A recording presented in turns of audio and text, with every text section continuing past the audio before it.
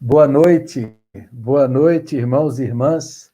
Que a graça e a paz do Senhor Jesus esteja com você, com a sua família, nessa noite. Hoje nós vamos ter uma conversa aqui muito importante, que eu creio que vai abençoar e ajudar muitas pessoas. Eu já vou compartilhar aqui no meu perfil pessoal. Você também pode compartilhar aí no seu perfil, convidar para outras pessoas, para que mais pessoas possam acompanhar essa conversa, que eu tenho certeza que será uma bênção,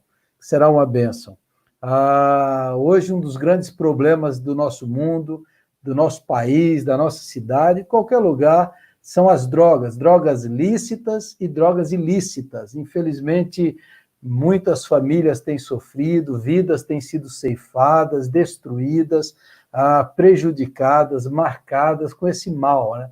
O mal das drogas que tem afetado tantas pessoas. E, como cristãos, nós temos envolvidos, temos orado, buscado ajudar, apoiar, acompanhar e auxiliar pessoas que estão se recuperando, saindo, e também na prevenção, né? Na prevenção do álcool, das drogas, dos vários tipos. Então, hoje, essa conversa aqui vai ser um testemunho, vai ser uma história de vida para ajudar pessoas que estão lutando com isso, sofrendo com isso, familiares, famílias que têm enfrentado, e também essa conversa aqui, a minha esperança é que a gente crie cada vez mais um ministério nas igrejas, no meio das igrejas, para apoiar, para ajudar a recuperar pessoas e também prevenir adolescentes, jovens e crianças de entrarem nesse caminho de destruição, de morte, de prejuízo. Então, é uma alegria para mim hoje receber o Alexandre Corá, um irmão que eu conheci há pouco tempo. Ele estava estudando, fazendo um curso bíblico aqui que eu estou ministrando online, ele estava fazendo parte da turma, eu conheci melhor, conheci o canal que ele criou no YouTube, nós conversamos, e eu fiquei muito interessado que ele contasse a história dele para outras pessoas, para mais pessoas, que ele contasse a história para o maior número possível de pessoas aqui que pudessem ser ajudada e abençoada. Ele é lá da Igreja Assembleia de Deus, do Pastor Antônio, no Ministério Botucatu, ele é membro da igreja lá, ele atua, ele tem sido usado por Deus para fazer a obra em vários lugares e Deus tem capacitado esse servo dele aqui. Então, convide aí mais alguém, compartilhe essa conversa, chame outras pessoas para que possam participar aqui com a gente. Eu tive um problema aqui na conexão com ele, mas ele já deve estar entrando de novo aqui, vai participar com a gente e conversar sobre esse assunto. Infelizmente, o nosso país também tem crescido vários tipos de drogas de consumo que têm prejudicado muitas pessoas, muitos jovens e famílias têm sofrido nessa área aí, e nós precisamos ajudar como igreja, precisamos apoiar, acreditar, orar, buscar em Deus sabedoria, direção, discernimento, perseverança, para não desistir das pessoas, para não achar que não tem mais jeito, mas muito pelo contrário, crer como o Senhor Jesus nos ensinou que ele veio para buscar e salvar o que tinha perdido. Vou convidá-lo aqui, o Alexandre Corá. Boa noite, meu irmão querido, tudo bem com você? Tudo bem, pastor, boa noite. Paz do Senhor. A paz. Desde já, muito obrigado pela oportunidade, viu, pastor? Eu que agradeço você ter aceito o meu convite de conversar aqui essa noite com a gente, e eu creio que vai ser bênção para muitas pessoas. Alexandre, eu já conversei com você um pouco, você me contou um pouco da sua história, e eu tenho estudado com a igreja um livro chamado As 7 Necessidades Básicas da Criança. E toda criança tem necessidade de amor, de aceitação, de significado, de importância. E a gente percebe que muita gente que anda por um caminho tortuoso, essas coisas, é porque faltou alguma coisa na infância. E você me contou um pouco, a sua história foi na sua infância foi bem difícil, né? Você poderia compartilhar conosco como foi um pouco, até para a prevenção, né? Os pais e as mães que vão assistir essa Sim, conversa nossa, para a gente prevenir. sim, sim. Então, meu nome é Alexandre, né? Eu sou um adicto em recuperação e tenho 46 anos, vivendo só por hoje, né? Um dia de cada vez. E assim, pastor, quando eu olho, né, para trás, e hoje na recuperação efetiva, eu enxergo tudo o que aconteceu comigo. Eu olho para trás, assim, eu vivo junto, é a minha sombra, assim, o passado, mas não é uma sombra cruel, difícil de se viver, não. Hoje ela consegue abrir a minha mente, né? Então hoje eu tenho a mente aberta para conseguir pegar aquilo tudo que eu passei, que não foi fácil, que foi difícil, e pontuar algumas coisas. Poderia ter sido diferente a minha história, a história do Alexandre, se ele tivesse nascido num lar diferente? Poderia. É uma regra que nascendo num lar perfeito, né? A família Doriana, vai dar tudo certo? Não, porque não é superficial, né? O negócio é espiritual, a coisa tem que ser viva, né? Então, falando assim, por exemplo, de mim, eu nasci com um pai alcoólatra, agressivo, né? Meu pai era polícia militar aposentado, né? E muito agressivo mesmo, ele baixava HM, né, Hospital Militar, várias vezes, eu ia com ele para São Paulo, né, e ele me levava, assim, para os lugares que ele ia, tanto buscar tratamento, né, e como também para os bares que ele ia para a noite e tal, e quando eu olho, assim, a agressividade dele, tudo que eu passei, é muito complicado, porque, então, você passar, né, você apanhar, né, ser assim espancado, pastor, de uma maneira espancado, não é bater, não é tapa na bunda, né, é bater mesmo, né, ser espancado assim de soco, tal, pontapé, sem saber porque tá apanhando, né, e aí eu passo a infância inteira dessa maneira. A minha mãe é deficiente auditiva, né, uma baita de uma mulher, minha mãe, eu tenho loucura por ela, né, eu falo que ela merecia um pedestal, sabe, para eu colocar a minha mãe, né? Minha mãe está com 70 anos hoje, então, quantas vezes nós saíamos correndo de casa, porque ele estava agressivo, eu chegava da rua agressivo, alcoolizado, totalmente alcoolizado, tal. Então, isso pesou muito na base da minha infância. Então, mexe com a estrutura inteira. Por exemplo, uma vez eu tinha marcado, eu estudei no Dom Lúcio, tinha marcado lá para jogar um vôlei lá com o professor e tal, todo mundo foi, num sábado de manhã. Na sexta-feira, por exemplo, meu pai tinha bebido e tal, e ele me deu uns tapa, mas ele era forte, homem, criança não dá, né, E na hora que eu passei assim, ele me deu um tabefe, eu bati com o rosto assim na cadeira, na mesa, pastor, na cadeira, não me lembro, e inchou, ficou desse tamanho assim, ficou horrível, sabe? Aí eu fui pra cama, lá fiquei no quarto, daí minha mãe foi lá, falou, machucou, que foi, filho? Ela é deficiência auditiva, né? Então ela fala baixinho, assim, quando eu vou falar dela, eu costumo imitá-la, né?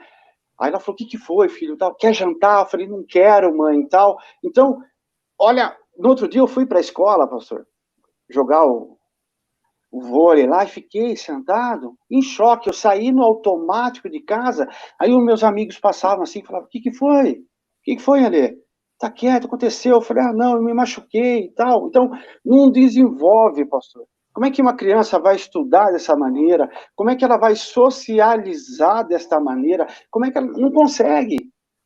Né? Ela não consegue. Então, basicamente, assim, né, tem muito a ver como, né, que os pais, né, como que os pais estão levando a... Não precisa ter agressividade, pode não ter base familiar, pode não ter uma base espiritual. Então, o que eu estou levando para minha casa? como que eu estou tratando dos meus filhos, como que eu estou tratando da minha esposa perante os meus filhos, o que eu falo, o que eu faço. Isso tem tremendo peso na infância. E depois que eu passo por tudo, eu vou conhecer o álcool, depois eu vou conhecer mais drogas.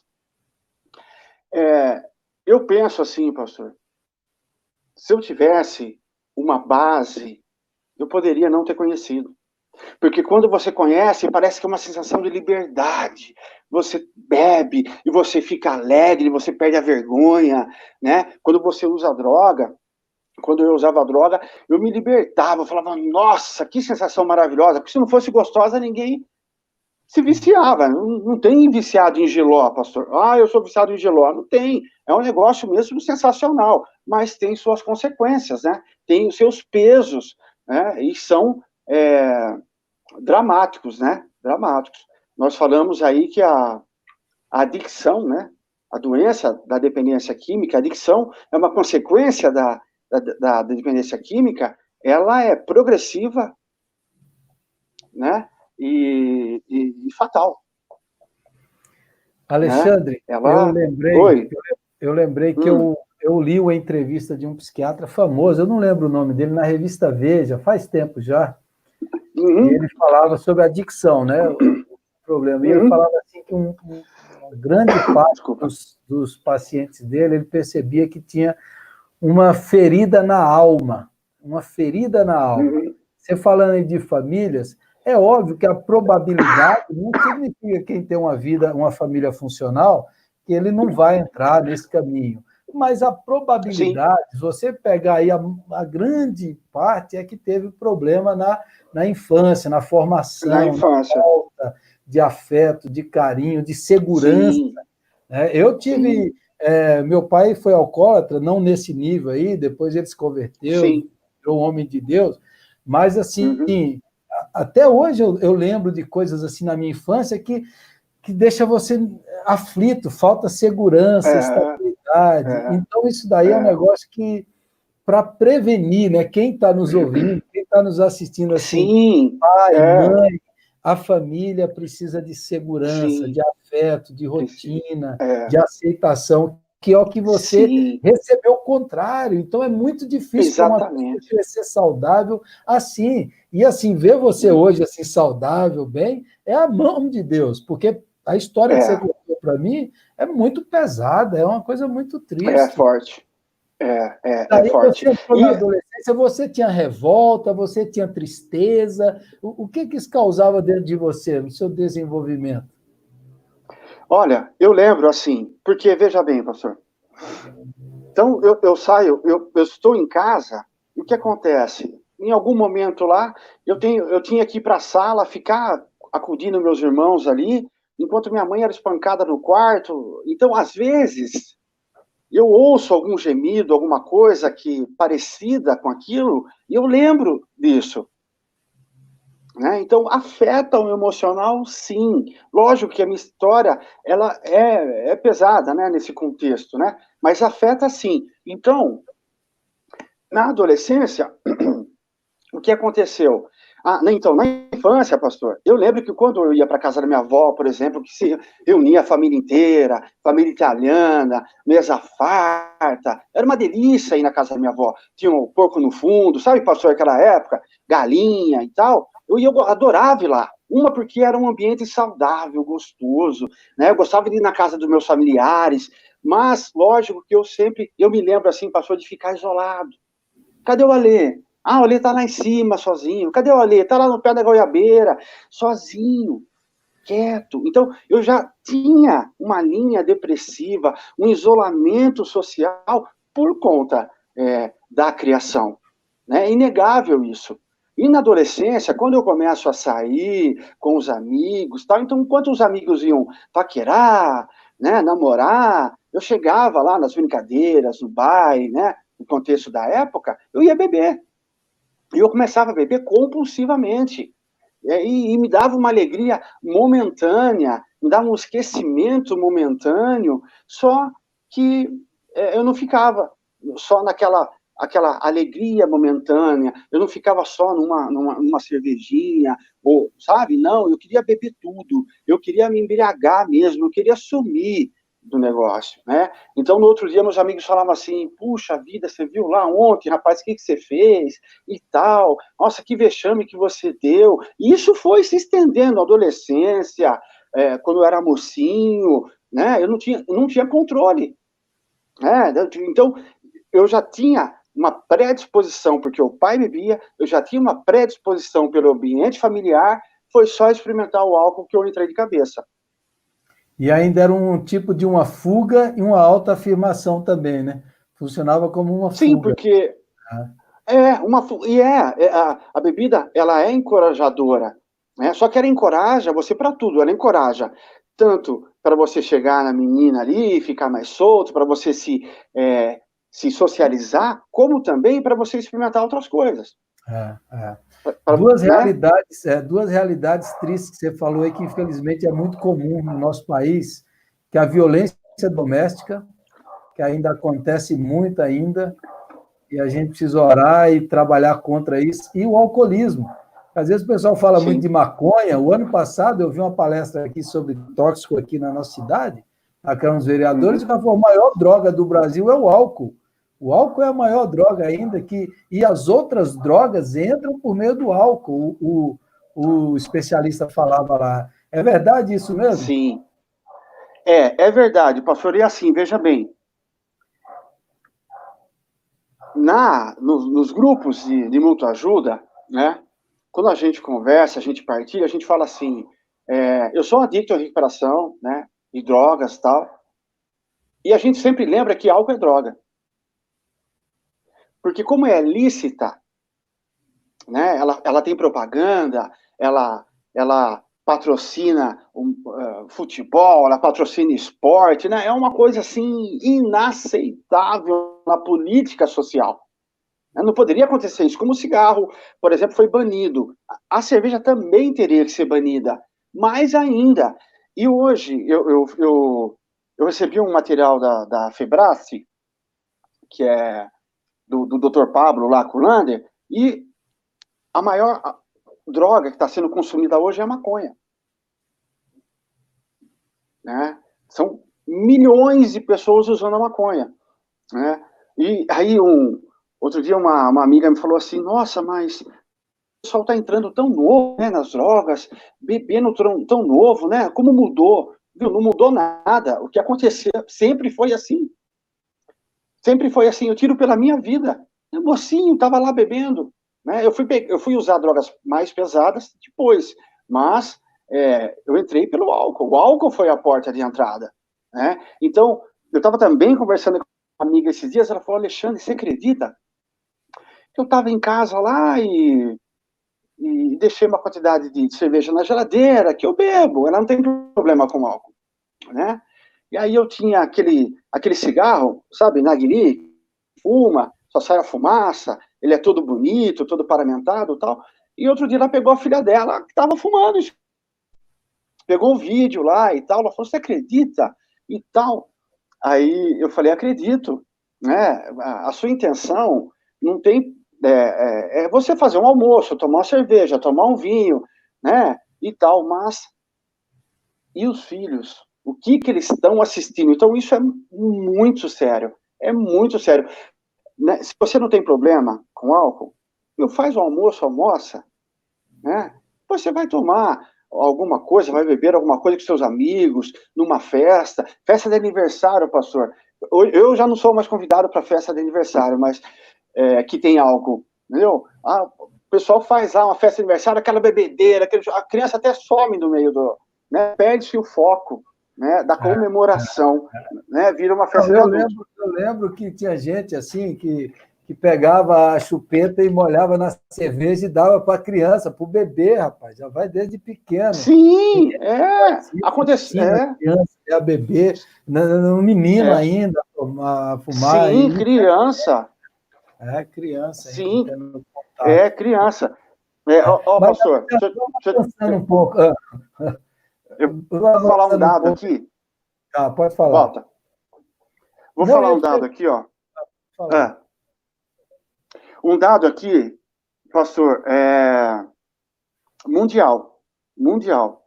Cerca de 19 milhões de pessoas usaram cocaína em 2018, enquanto cerca de 27 milhões usaram anfetaminas no mesmo ano. E a maconha supera tudo isso daí. O uso da maconha, ela supera todos esses dados aí, de drogas mais fortes. Né? Verdade. Eu ia perguntar como que você usou droga pela primeira vez, droga ilícita, né? Que não o álcool. Amizade, qual foi o contexto que te influenciou? Tá. Como foi assim, pastor. O que acontece? Então, eu entro no mundo do álcool, né? E os meus contatos, né, as minhas amizades, né, elas vão... Eu vou estar onde vai estar o meu pessoal, né? Onde que eles vão estar bebendo, onde que eles vão, eu vou estar lá nesse meio aí. Né? Então, esse meio que eu começo a conviver, as baladas e tudo, que eu começo a estar junto, eu vou estar junto com pessoas que eu penso que eu conheço, mas eu não conheço. Eu vou estar com pessoas que eu penso que só bebem, que são meus amigos, mas não são.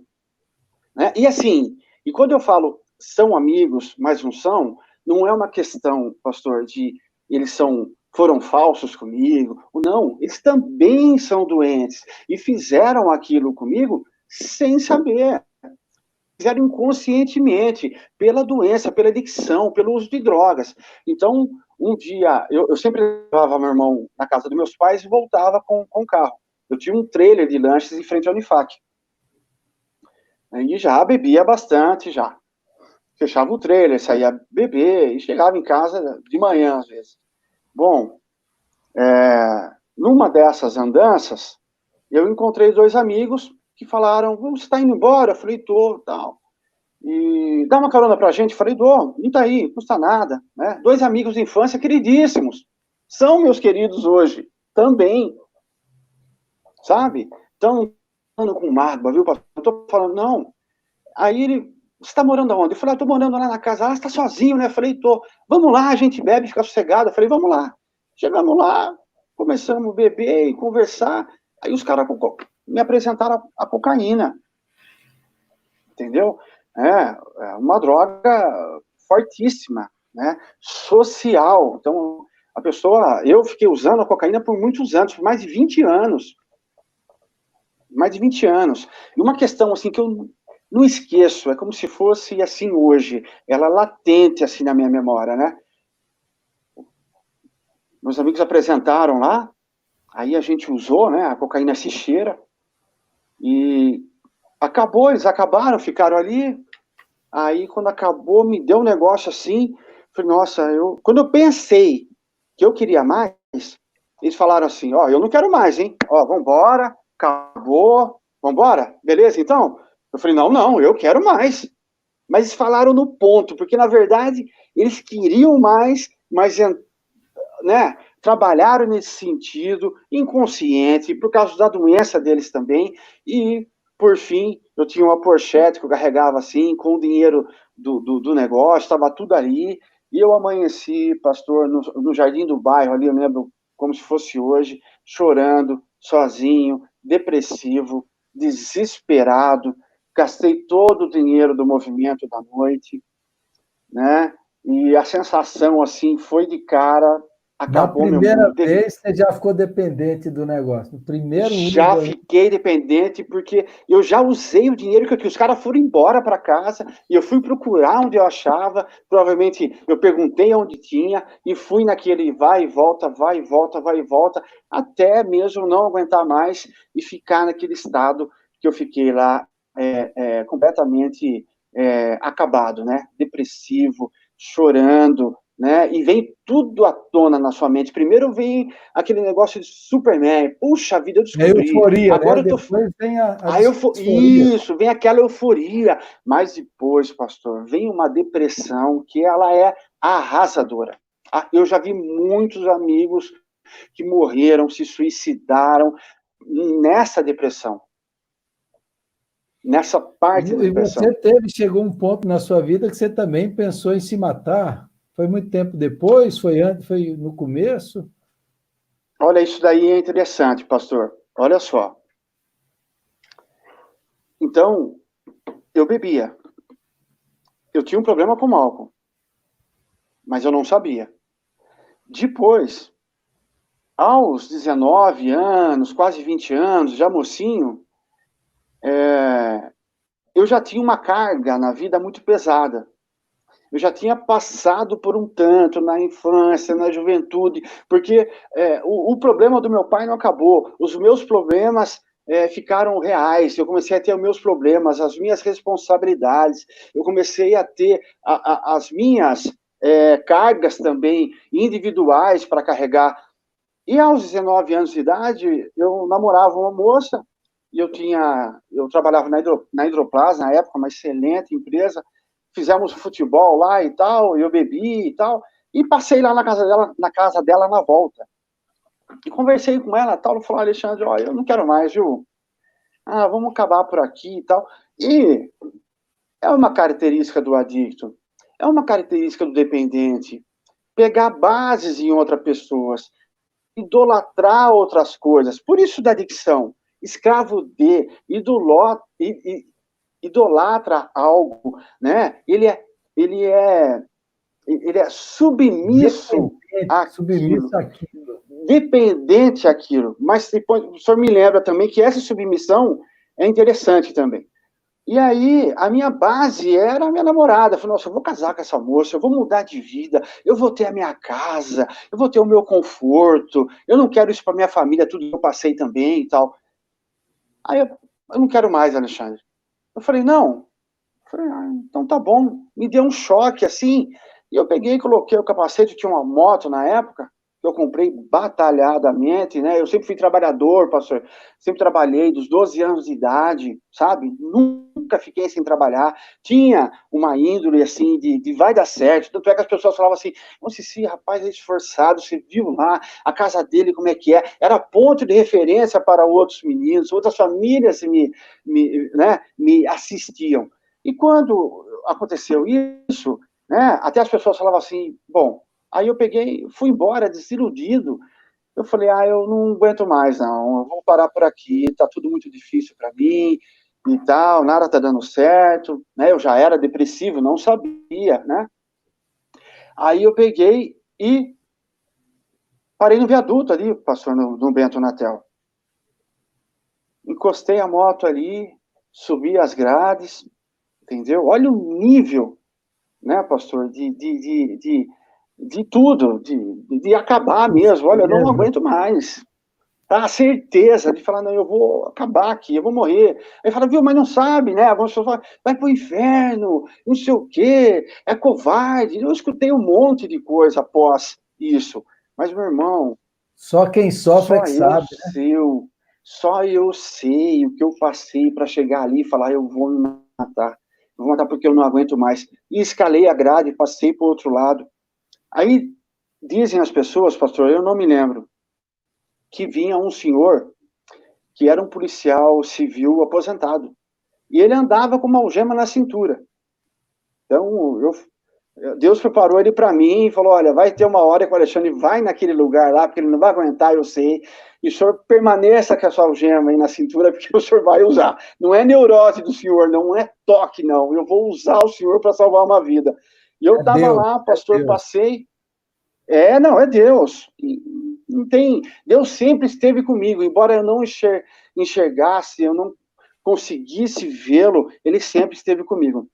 E o senhor me conversou ali, deve ter falado alguma coisa, colocou o gema no meu braço, colocou o gema na grade. Ele salvou minha vida ali, pastor. Né? Então, se é tão real isso, pastor, que se a pessoa andar no viaduto Bento Natel ali e pegar ali o escritório do Desafio Jovem na esquina e vem em sentido assim do carro, né, como se fosse para o bairro, no meio ali, mais ou menos, vai ver na grade uma amarração com arame. Toda vez que eu passo lá, eu olho para aquela amarração, aquela, né, ali onde foi amarrado com o arame ali, foi ali que os bombeiros tiraram, cortaram e me tiraram dali. Né? E dali, pastor, eu fui para um hospital psiquiátrico, meu irmão. Pensa nisso há mais de 20 anos atrás. Pensa no hospital psiquiátrico há mais de 20 anos. Imagina. Então, aí o senhor, né, então, não é difícil de imaginar, né, de pensar, de conseguir ter uma visão do que foi minha vida depois disso. Quer dizer, eu não usava outra droga pesada, pastor. Entendeu? Então eu já era depressivo, eu já tinha tendência suicida, eu já tinha aquela vontade de parar, que eu não aguentava mais, né? Então, quer dizer, o suicídio, ele veio antes da dependência química na minha vida. Né? E aí a coisa foi andando. Não fiz nenhum tratamento efetivo depois disso, né? Porque eu tinha que levantar, sacudir a poeira, meu irmão, e tocar o barco. Eu tinha que viver. Eu tinha minha mãe lá, eu tinha meu pai que eu tinha que ajudar, eu tinha irmãos mais novos. Eu não podia parar. Eu tinha que continuar a minha vida. Entendi. E daí você chegou até a ser preso uma vez? Foi, pastor. Foi. Foi assim. Depois foi tudo muito rápido, pastor. É tanta coisa que eu não consigo pontuar dentro da minha linha do tempo, sabe, pastor? Sei. Quando nós conversamos aqui, o senhor viu um pedacinho lá, então... Mas depois disso, pastor, entrei de cabeça na cocaína e tal, e tinha um trailer lá em frente à Unifac, e eu já era popular pelo trailer, né? Porque era educado, pastor, eu tratava bem as pessoas, né? E era educado, né? Meu irmão trabalhava comigo, ele fazia lanche, um lanche espetacular. Então, pessoas atravessavam a cidade para tomar lanche com a gente, porque eu atendia bem, meu irmão fazia um lanche espetacular, entendeu? Tal. Então, aí quando eu entro de cabeça na cocaína, eu começo a usar toda noite, eu tinha dinheiro. E os amigos que conheciam e que usavam iam lá também. Então a gente fechava o trailer e ficava lá, usando. Né? Até de madrugada, saía de lá, ia usando, embora, né, e tal. Só que daí um dia eu fui comprar e o cara lá da boca falou assim para mim, ó, faz o seguinte, leva 10, 3 é seu. Aí eu, nossa, beleza. Nossa, eu saí contente, pastor. Aí falei, puxa vida, menos 3 que eu tenho que pagar e tal, sabe? E fui embora, né? E cheguei lá, então, ao invés de eu ir lá, eu já fazia arrecadação ali e tal. Pastor, mas sem noção de tráfico de drogas, sem noção da onde eu estava entrando, sem noção do caminho difícil, tenebroso, no vale que eu estava entrando. E com isso a coisa desandou, né? Esse processo cresceu, né? Porque tanto como a adicção ativa, ela é progressiva, incurável e fatal, né? Ela leva você a essas coisas. Ela me levou a essas coisas. Né? Então, quando eu me percebi, eu estava vendendo para o consumo, fazendo ali uma vaquinha e tal. Eu até falei para o senhor, se assistiu aquele filme Meu Nome Não é Johnny, né, aquele filme brasileiro, ele relata muito bem isso. O cara não queria dinheiro, ele queria sustentar o vício, mas a coisa foi crescendo. Quando ele foi ver, ele estava traficando pesado. Eu não cheguei a traficar pesado, não foi aquela coisa assim, mas me deu consequências sérias. Né? Fui preso. Né? Então, aí eu fui para a cadeia de Botucatu. Cadeia de Botucatu em 97 era um negócio, qualquer cadeia em qualquer tempo é horrível, pastor. Mas em 97 era feio. Aí na sequência que eu estava lá, depois de alguns dias estourou uma rebelião, onde pessoas morreram lá, né? Então hoje eu falo assim que eu vi o inferno, assim, né? Porque era gente morta, sangue, bombeiro apagando fogo, né? Aquele cheiro de sangue no ar. Olha, pastor, coisa, entendeu? Eu vou parar por aqui para não chocar as pessoas, mas que fique assim, pastor. Tem coisas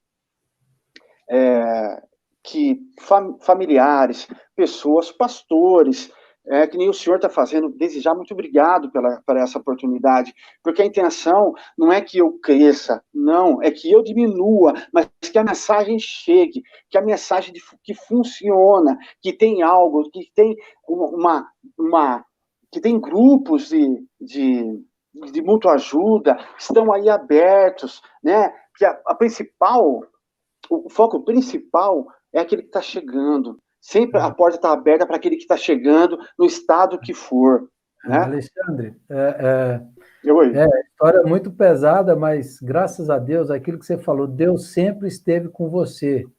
Deus te protegeu Sim. até dentro da prisão, e daí Deus começou um processo para que você tivesse consciência, porque me parece que a coisa mais difícil do adicto, qualquer tipo que seja, da pessoa, até do ser humano pecador, é a pessoa reconhecer que precisa de ajuda, precisa de Deus, precisa mudar de vida, e precisa de ajuda. Isso tanto vale para um dependente quanto para uma pessoa que é bem-sucedida, mas é incrédula. Ela, para ser salva, ela precisa reconhecer que ela precisa de um Salvador, que é Jesus.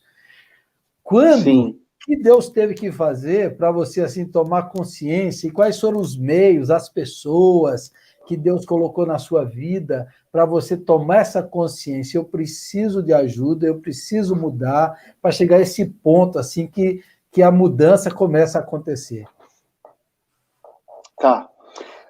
Eu vou citar, falando aí da reclusão, pastor, eu vou citar um negócio muito interessante. A minha irmã me levava livros que uma psicóloga da prefeitura falava: ó, leva para o seu irmão ler, olha, leva lá para o seu irmão ler, para ele, né, não entrar no barulho, para ele não ficar tão louco, porque pode pirar, pastor, pode ficar louco.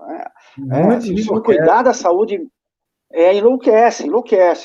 Então, ela me levava livros lá, e eu comecei a ler. Então, eu li O Mundo de Sofia, de Jostein Gaarden, eu li Dostoiévski, a Memória da Casa dos Mortos, e quando eu li aquele livro, eu viajei lá dentro. Então, a leitura é muito importante, o livro, você se dedicar é muito importante. Então, por alguns momentos, eu saía daquele espaço físico que eu estava e viajava, sensato. Li Érico Veríssimo, li bastante coisa.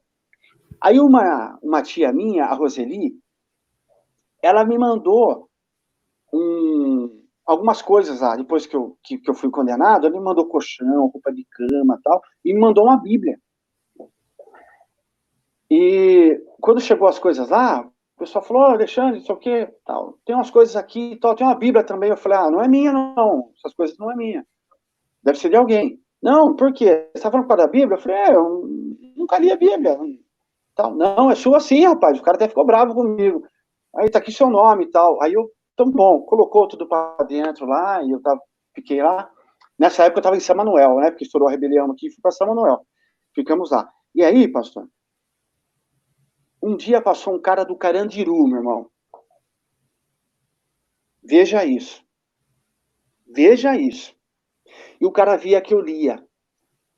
O cara, eu não sei se ele tá vivo, porque ele tinha apenas mais de 30 anos. Né? Então, dificilmente se sai da cadeia vivo, com uma pena de 30 anos. E ele via que eu lia, um dia ele falou assim: por que você não lê a Bíblia, rapaz? Eu falei: então, eu nunca li e tal, mas é interessante, rapaz. Olha, aqui você gosta de ler, vai valer a pena. Lê, começa aqui. Olha, aqui é capítulo, aqui é versículos e tal, aqui é velho, aqui é novo e tal, não sei o quê. Aí eu comecei a ler. E eu me lembro, pastor, que eu fiz uma oração do Pai Nosso lá e abri a Bíblia. Eu queria que Deus falasse comigo. Por que eu estava passando por tudo aquilo? Foi a primeira coisa que eu perguntei para Deus. E abriu em Hebreus, pastor, na parte que fala lá que o pai corrige aquele que ama. Olha isso. E aí tá bom, aquilo no momento gera até, pastor, um desconforto, mas como que pode, assim, um pai corrigir? Eu tô aqui por causa desse pai e tal, sabe? Mas depois as coisas foram esclarecendo. E a segunda palavra, pastor, falando da espiritualidade, foi a palavra que esse senhor falou para mim, em Hebreus 4:12, que ficou no meu coração até hoje.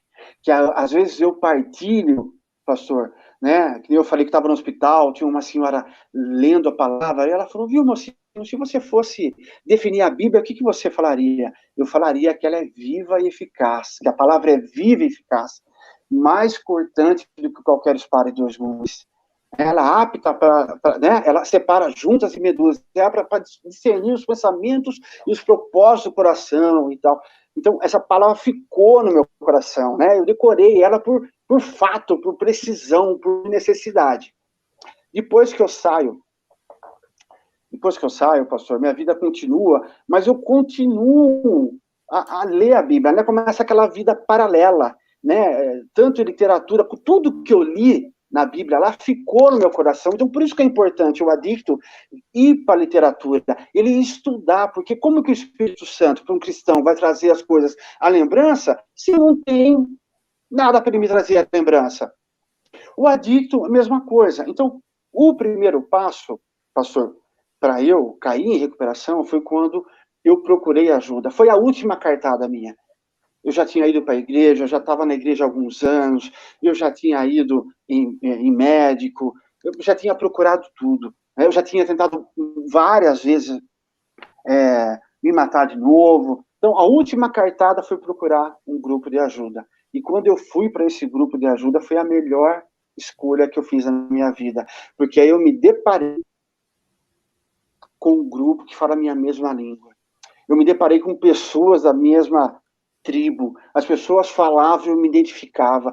Eu falava, as pessoas se identificavam. Então, tinham coisas mais pesadas que a minha, tinham coisas mais leves que a minha, e aí a partilha era sensacional, porque eu partilho e a minha dor diminui. E eu escuto e a minha dor diminui. Eu falo, não estou sozinho, é junto que eu consigo. Então, eu gostaria de falar sobre o primeiro passo. Tudo bem? Tudo bem, pode falar. Tranquilo? Isso. Tá. Então, pastor, o primeiro passo, ele fala assim, ó. Eu vou pegar aqui um material, pastor, aquele material que o senhor me emprestou. Tá bom? Tá bom. Ó, o primeiro passo fala assim: admitimos que éramos impotentes perante a nossa adicção e que tínhamos perdido o controle sobre nossas vidas. Ó, vou repetir. Admitimos que éramos impotentes perante a nossa adicção e que perdemos o controle sobre a nossa vida. Se eu pegar, por exemplo, uma literatura que nem essa aqui, do Dr. Pablo, né, os 12 Passos, Caminhando pelos 12 Passos, Dr. Pablo, tá vendo aqui? Tá bom. Acho que deu uma travada. O Dr. Pablo Kulander. O que ele... Olha como que ele fala. Admitimos que somos impotentes perante o álcool e as drogas e que perdemos o domínio sobre nossas vidas. Então, o primeiro passo, ele vai mudando de forma, ele vai mudando de jeito, ele vai se adequando ao grupo que ele estiver. Aonde estiver celebrando a recuperação. Se eu pegar o celebrando a recuperação, né? Cadê a Bíblia aqui do celebrando? Tá aqui, ó. Se eu pegar o celebrando a recuperação, ela vai falar assim, ó, o primeiro passo. Deixa eu ver aqui. Peraí, pastor. Ó, admitimos que éramos impotentes perante nossas feridas, dependências e comportamentos compulsivos, e que nossas vidas se tornaram ingovernáveis. O senhor percebe, então, que a adicção, ela é ampla, ela pega todos os setores da vida, todo o setor sentimental, todas as áreas, né? A própria doença da adicção, ela é física, espiritual e psicológica. Né? Então, o primeiro passo, quando eu admito que não é fácil, o adicto, o dependente, ele conseguir admitir que perdeu o jogo e falar, não, realmente eu não consigo beber um pouco, eu não consigo usar nada um pouco, eu me programo, não, só vou para sexta-feira agora, mas aí não dá, não, eu vou tomar só cerveja, não dá, toda a programação que ele faz, ele vai perdendo, mas até chegar nisso, pastor, é complicado, até a pessoa admitir isso, né? Então, mas quando eu consegui admitir isso, foi o melhor passo que eu dei na minha vida. Então, embora eu esteja em recuperação há alguns anos, eu estou no primeiro passo. O primeiro passo está em mim. Reconhecer que não tem domínio nem controle. né? É reconhecer que precisa. Reconhecer que isso Pode daí que falar, você pastor. falou do companheirismo, da comunidade, de gente que fala a mesma língua. Eu falei que eu participei de um congresso lá em São Paulo, que eu fui conhecer o Celebrando a Recuperação, que é o ministério que trabalha com todo tipo de recuperação, de todo tipo de dependência. E eu ouvi testemunhos impressionantes assim de pessoas. E o que eu percebi é isso, é um ambiente assim de honestidade.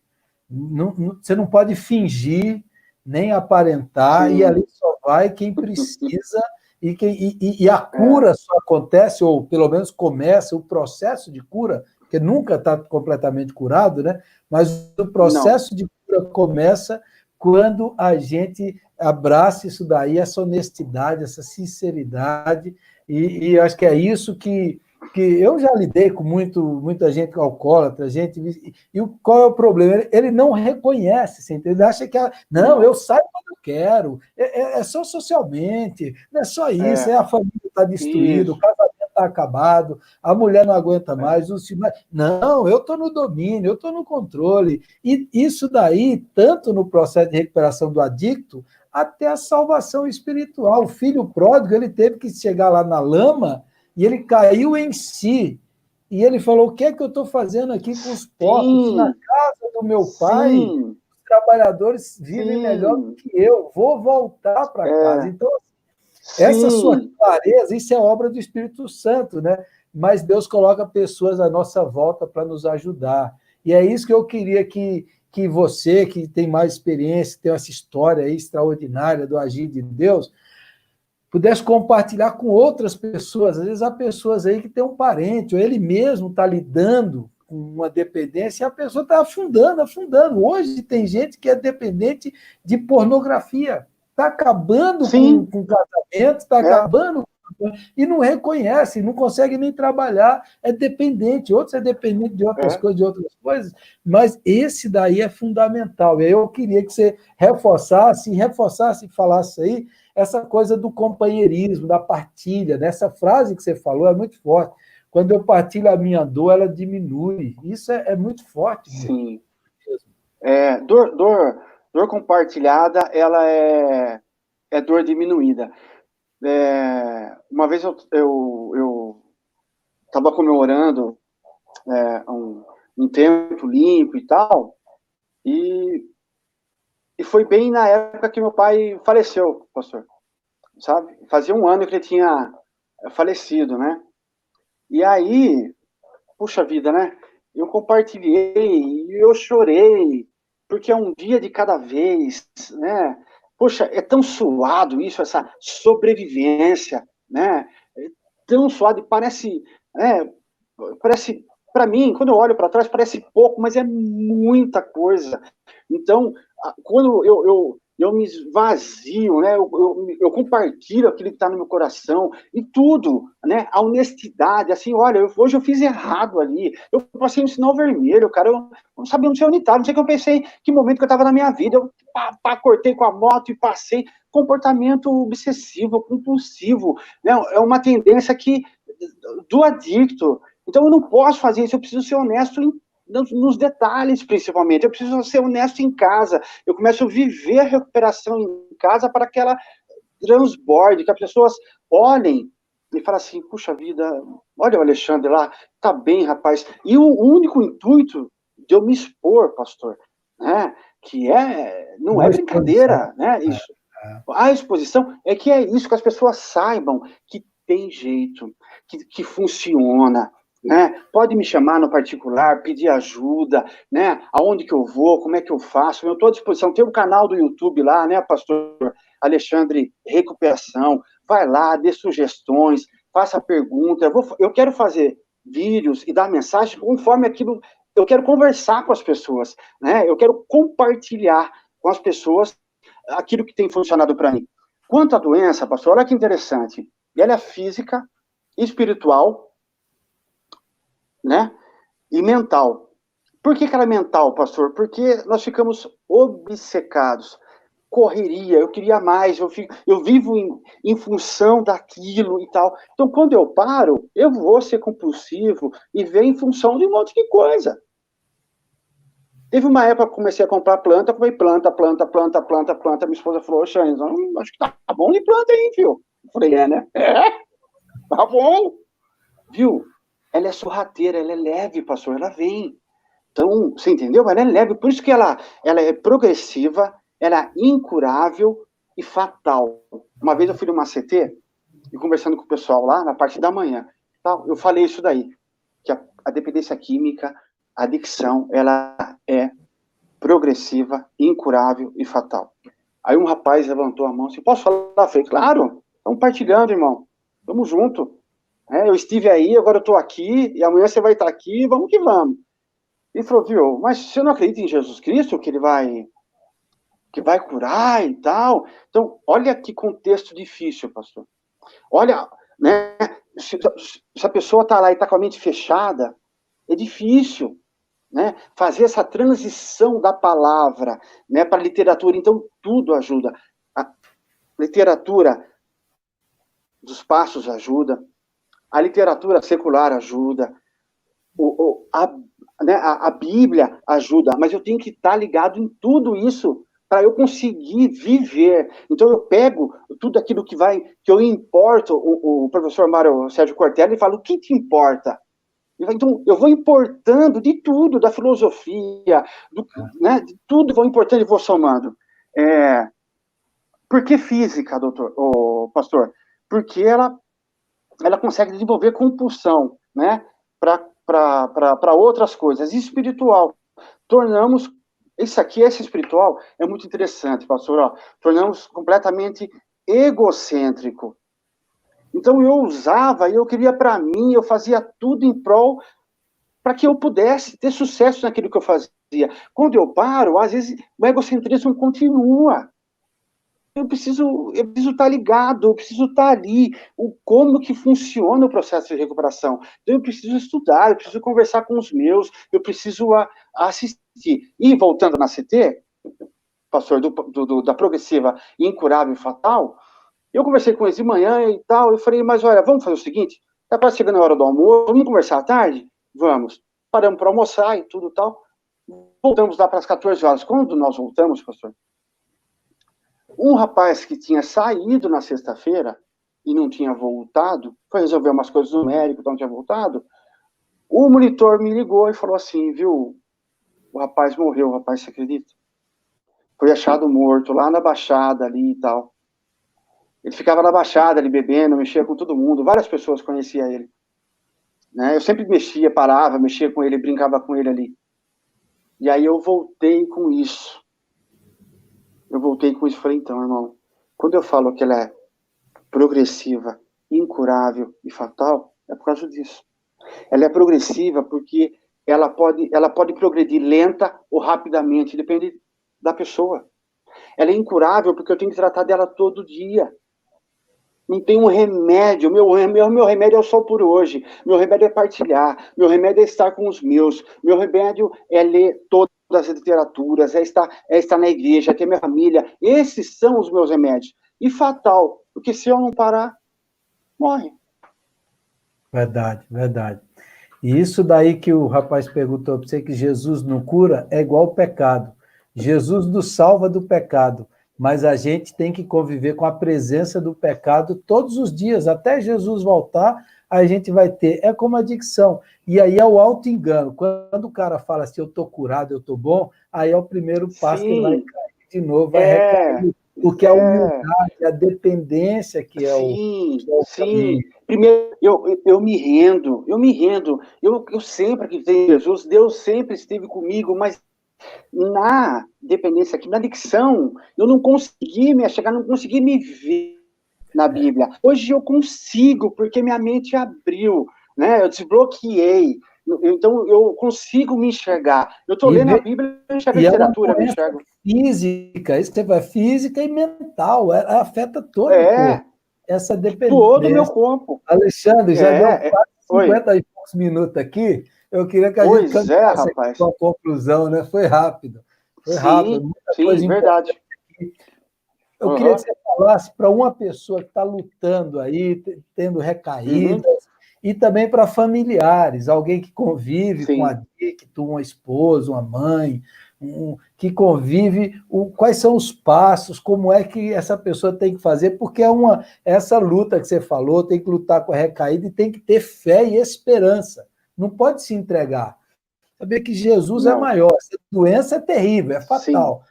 Mas Jesus é maior na nossa vida. O que você falaria para essas pessoas aí? Quais as dicas, orientações que você passaria para quem está nos acompanhando agora?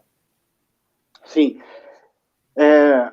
A mensagem, ela é de fé, força e esperança. Então, quando nós nos unimos na mesma intenção, na mesma intensidade, força para todos nós, fé para todos nós, né? Nós cremos em Deus, né? E a fé, a força, porque estamos juntos, e esperança, porque dá certo, está dando certo para mim, está dando certo para ele, vai dar certo para você também. Então, volto a dizer, essa exposição aqui do Alexandre não é para que o Alexandre cresça, não, é que para que eu diminua e a mensagem cresça, para que as pessoas saibam que tem uma mensagem, que ela fortifica. Tem muitos meios, pastor, mas a família às vezes fica tão codependente que não fica refém do dependente. Que nem eu dei o exemplo para o senhor da moça lá que está com a filha que precisa de ajuda. A filha, não, eu vou melhorar, mãe.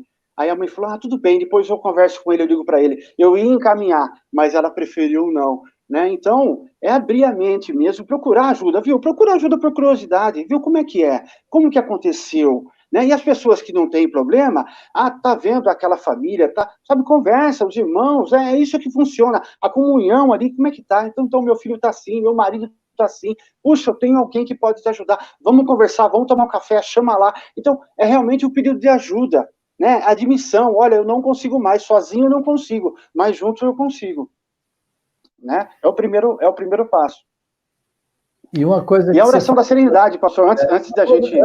Tá só o grupo de ajuda mútua, esses grupos que existem, seria bom você falar, porque às vezes a pessoa ela tem preconceito, acha que vai ser julgada, vai apontar o dedo, não vai ser bem recebida. E esse companheirismo, a pessoa se sentir bem, é realmente assim, a partilha, isso também parece que é muito importante, né?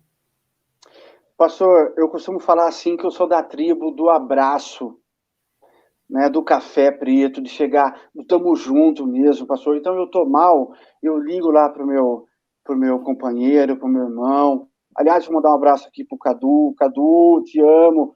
Então eu ligo lá para ele e converso e vira uma via de mão dupla, porque eu falo, eu compartilho, ele compartilha e juntos nós é uma via de mão dupla, né?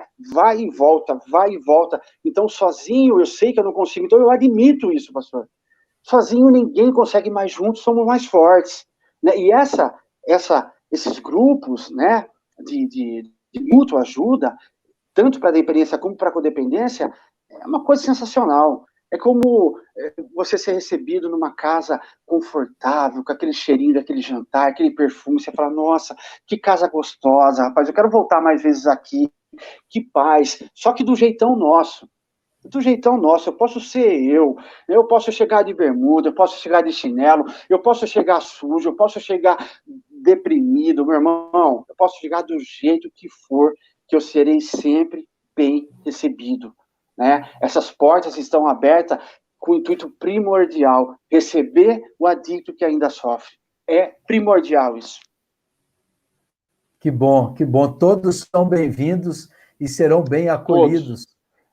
Não tem raça, não tem religião, não tem gênero, não tem preconceito, né? Não tem nada, pastor. O importante é aquela pessoa, é a alma, né? Aquela pessoa chegar ali e falar, olha, eu preciso de ajuda, então vem cá, meu irmão, eu vou te dar um abraço, senta aí, tá com fome, quer um café, senta, ouça aí, entendeu? Né? Eu até falei, né, pastor, se o senhor me perguntasse qual que é a minha utopia, né? Qual que é o meu objetivo, né, um dia, assim, né, poxa vida, ter uma área assim verde, pastor, que eu possa passar, que nem eu peguei aquele senhor na rua ali, conversei um pouquinho com ele, naquele momento, pastor, sem a burocracia, PS e tal, tem que ir para lá, para cá, existe no momento, vamos tomar um banho, vamos cortar esse cabelo aí, pode, vamos lá, deixa eu cortar a unha do senhor, ó, tô aqui roupas novas, né, olha o filho que voltou, pastor, né, Amém. então, tá, Vamos fazer uma então, festa que ele voltou, estava ele perdido. voltou, então, senta aqui, ó, fica à vontade, amanhã a gente conversa, fique tranquilo, daí depois a gente vai conversando, quer ficar mais? Fica aí mais, né, se não quiser ficar, você pode voltar, meu irmão, a casa está aberta, viu? O pai Portão que aberto. recebe o filho maltrapilho com os braços abertos, com um beijo, com a Sim, olha aí, é o adicto, pastor. Alexandre. Quem sabe Deus vai te usar para ter esse ministério aí. Você tem até está fazendo faculdade. Que Deus abençoe. E essa utopia Hoje eu estou seja fazendo, realidade em nome de Jesus. Que Deus possa sim, te usar. a É a intenção, oração da serenidade. O que é, como sim, funciona. ó, a oração da serenidade, eu sei, ela é de cor, mas tem alguns dizeres, pastor, que são falados principalmente em grupos de autoajuda de codependência. Olha que coisa linda. A oração da serenidade, né, é uma oração enraizada na vida do espírito de grupos de autoajuda, a multa, se utilizam do programa 12 Passos, certo? Olha essas palavras aqui. Eu seguro minha mão na sua, uno meu coração ao seu, para que juntos possamos fazer aquilo que sozinho eu não consigo.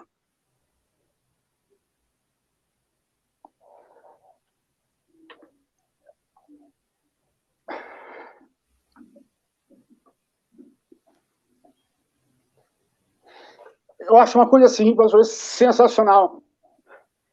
Essas simples palavras, eu acho um negócio assim, sobrenatural. Então, para mim é uma coisa muito forte. Né? É uma coisa que, puxa vida, explode meu coração, regozija o meu coração. Então, eu uno minha mão à sua, eu junto meu coração ao seu, para que juntos consigamos fazer aquilo que sozinho eu não consigo. Tem coisa mais espetacular que essa, pastor. Depois a oração, ela é assim, ó. A oração é assim. Então, eu sempre faço um instante de silêncio, né? E penso naquele adicto que ainda sofre. Para que essa mensagem que chegou a mim chegue nele também. Chegue nele, né? Aonde ele estiver, né? E aí, em seguida, a gente faz oração. A oração. Deus, conceda-me serenidade para aceitar as coisas que eu não posso modificar. Coragem para modificar aquelas que eu posso. E sabedoria para reconhecer a diferença.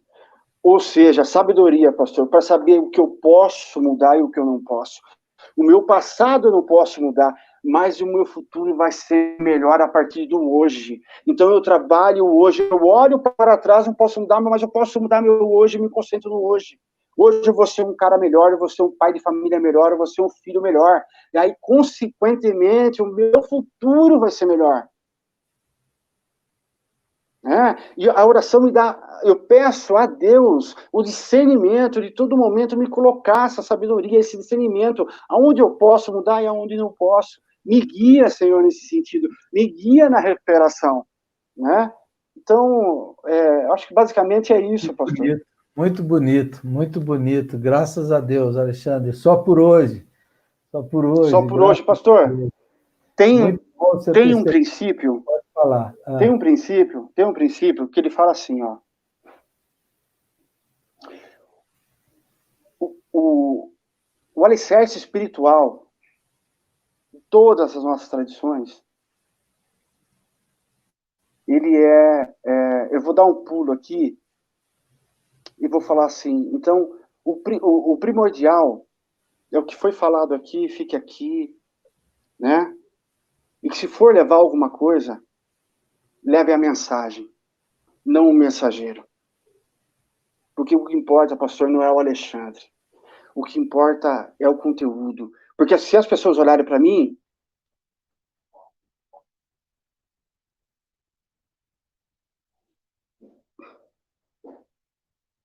Eu acho que acabou. Acho que deu nosso tempo aí, pastor.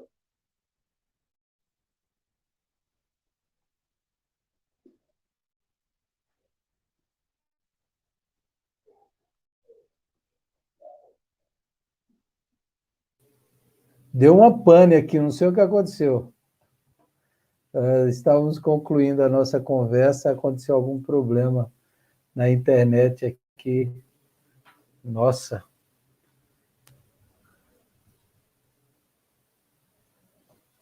deve ter caído.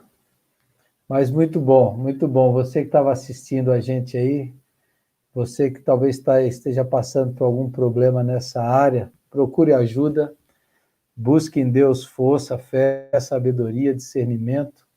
Busque pessoas. O Alexandre tem um canal no YouTube, Alexandre Recuperação, que ele está disponível para ajudar, para apoiar, para conduzir pessoas a grupos de ajuda mútua, para apoiar pessoas que estão em processo de recuperação de dependência química. Ele pode ajudar, ele pode indicar, ele tem material, tem livros, ministérios especializados, há lugares aí. Então, se você não sofra sozinho, se você tem alguém na sua casa, na sua família, algum problema nessa área, busque ajuda. Busque ajuda. Deus mandou Jesus Cristo para buscar e salvar o pecador. Ele amou o mundo que mandou Jesus. Então, Deus não quer condenar, Deus não quer acusar, Deus não quer pisar, Deus não quer tripudiar, Ele quer reerguer, restaurar, renovar. Ele quer dar uma nova vida, uma nova história, como deu para o Alexandre, dar uma nova esperança, um novo projeto, um novo propósito, dar uma direção. É isso que Jesus veio fazer aqui. Então, busque ajuda, entre em contato, se você está precisando, às vezes precisa internar alguém. Aqui nós temos, aqui na nossa cidade, alguns lugares de recuperação, tem apoio médico. Se você está, não sofra sozinho, confie, busque, saia. O ladrão vem para roubar, matar e destruir. A droga, qualquer ela, mata, destrói, mas Jesus veio para dar vida, e vida abundante, vida plena, vida nova, a vida espiritual, a vida que só Jesus pode dar. Nós tivemos um problema na conexão aí, nunca vi acontecer isso, mas a mensagem, conforme o Alexandre falou, a mensagem, a história, o testemunho dele foi passado. Então, compartilhe, conte para alguém. Eu vou orar encerrando aqui essa conversa, vou orar pela vida do Alexandre, agradecer pelo testemunho, pela coragem, pela história de vida dele, tão sofrida, mas tão maravilhosa, quem ele é hoje, o que Deus fez na vida dele, um testemunho lindo, maravilhoso, e o que é o que Deus tem usado ele para ajudar outras pessoas. Tudo que ele passou, ele quer ajudar outros. Esse é o seu sonho, ajudar outros adictos também a se recuperarem e saírem dessa vida vazia, dessa vida de sofrimento. Ele usou todas as drogas, nós não detalhamos isso, mas Deus deu graça e ele está nesse processo já há alguns anos, livre e limpo para a glória de Deus. Senhor, meu Deus e meu Pai, obrigado pela vida do Alexandre.